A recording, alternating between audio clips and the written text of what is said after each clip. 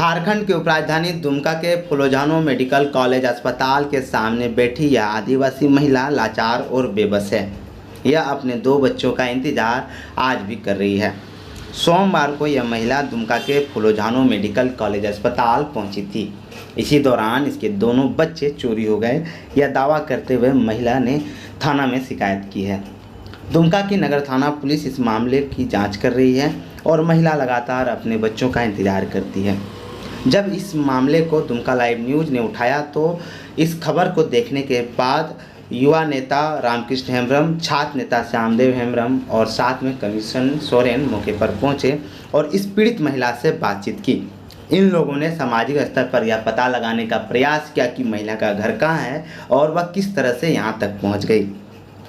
इस महिला ने जो दावा किया है उसको लेकर भी छात्र नेताओं ने अपने स्तर से जांच शुरू की है और उसके पति से भी बात करके इस मामले के में जानकारी जुटाने का प्रयास किया है। जिस तरह से एक आदिवासी महिला अपना बच्चा को लेकर के इलाज कराने के लिए आई थी और उनका सबसे बड़ी चीज़ उनका पति भी यहाँ पे नहीं है और पता नहीं उनका कोई और गांव वाले साथ में है, सास ससुर है कि नहीं तो नहीं पता, लेकिन उसका इतना कंफर्म है कि उसका 2 बच्चे थे और उनका पति बाहर काम करने के चले गए। तो हम लोग उसी सिलसिले में जिस तरह से हम लोगों को पता चला तो हम लोगों ने तुरंत उस फुलोजानो मेडिकल हॉस्पिटल गया, सभी जगह हम लोगों ने छानबीन किया तो फिर है नहीं थी।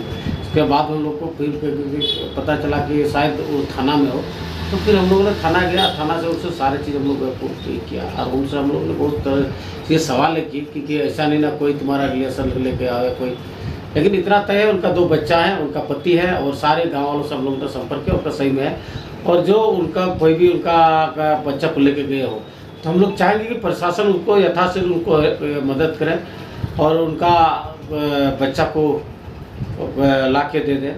इसलिए जिस तरह से अभी प्रशासन से भी हम लोगों की बात हुई और थाना प्रभारी ने हमें आश्वस्त किया कि उनके बच्चों को हम लोगों ने FIR लॉन्च कर दिया है। इसमें केस में आयोग को हम लोग ने गठित कर दिया। इनके आयोग के साथ सारा चीज़ का हम लोग ने प्रक्रिया के तहत इनका सारे छानबीन में लगे हुए हैं और जितने भी CCTV फुटेज वगैरह सारा चीज़ हम लोगों ने उस फुटेज को देखा कहीं, लेकिन इतना तय है कि उनका बच्चा ज़रूर कोई ना कोई उसको लेके गया। तो ये बहुत दुर्भाग्य है कि यहाँ हमारे संथाल परगना और जहाँ पे सिक्योरिटी हो और सदर हॉस्पिटल से अगर इस तरह का घटना घटे तो ये बहुत चिंताजनक बात है।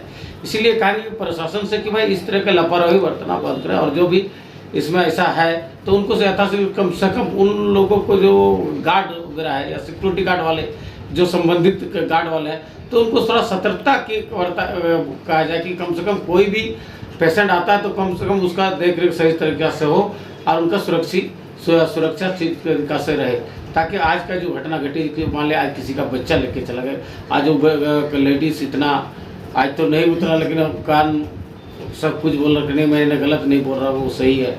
तो ये बहुत दुर्भाग्य है। हम चाहेंगे कि प्रशासन इसके ऊपर गंभीरतापूर्वक कार्रवाई करते उनके बच्चा को बाहर किया जाए।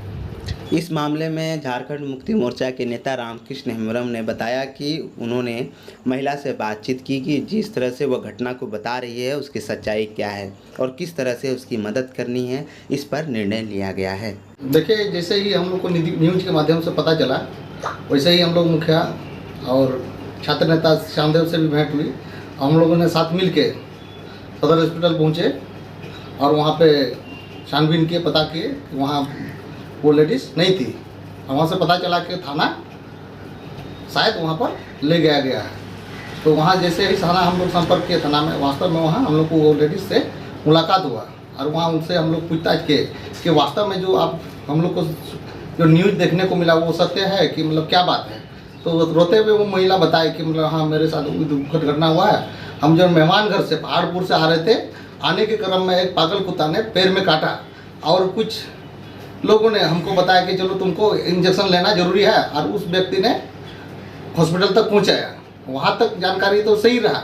इसके बाद जो उसको जैसे ही मतलब उनको ट्रीटमेंट के लिए भीतर लेके गया और उनका इंजेक्शन हुआ, इंजेक्शन लेके जब बाहर निकली तो उनका बच्चा नहीं मिला। तो वही मतलब प्रशासन से गुहार लगाए बैठ रही थी कि हॉस्पिटल प्रबंधन से पूछताछ कर रही थी कि मेरा बच्चा यहीं पे था, कहाँ गया। कोई बताने को तैयार नहीं था। तो अनिल पालन वो पुलिस पदाधिकारी ने अपना संज्ञान में लेते हुए थाना प्रभारी आके उनसे अपना सनाहा दर्ज कर ली और आज आगे की कार्रवाई चल रहा है। थाना प्रभारी से भी हम लोग मिले और वो बताया कि मतलब इसमें काम चल रहा है और हम लोग ने भी अपने स्तर से छानबीन किए। वास्तव में उनका घर मैडिहा है और उसका ससुराल आपका जोपा है और उनसे पति से भी संपर्क किए तो बता रहे हैं कि उनका 2 बच्चे भी हैं और उनका गांव से भी पता किए हम लोग फ़ोन करके तो वो लोग भी बता रहे हैं कि वास्तव में उनका बच्चा है लेकिन अभी उनके पास बच्चा नहीं है। ये बहुत बड़ी दुखद घटना है और इस तरह से अगर अस्पताल से बच्चा गायब हो जाए तो ये बहुत ही चिंताजनक बात है।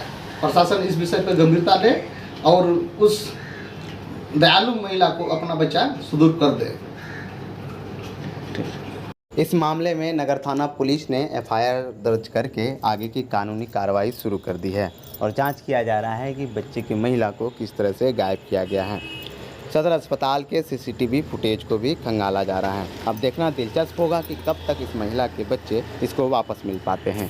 दुमका लाइव न्यूज के लिए दशरथ महतो की रिपोर्ट। जेएस पॉलीक्लिनिक बलिया डंगाल श्री आमड़ा चौक दुमका। स्वास्थ्य की पूर्ण देखभाल एक ही स्थान पर।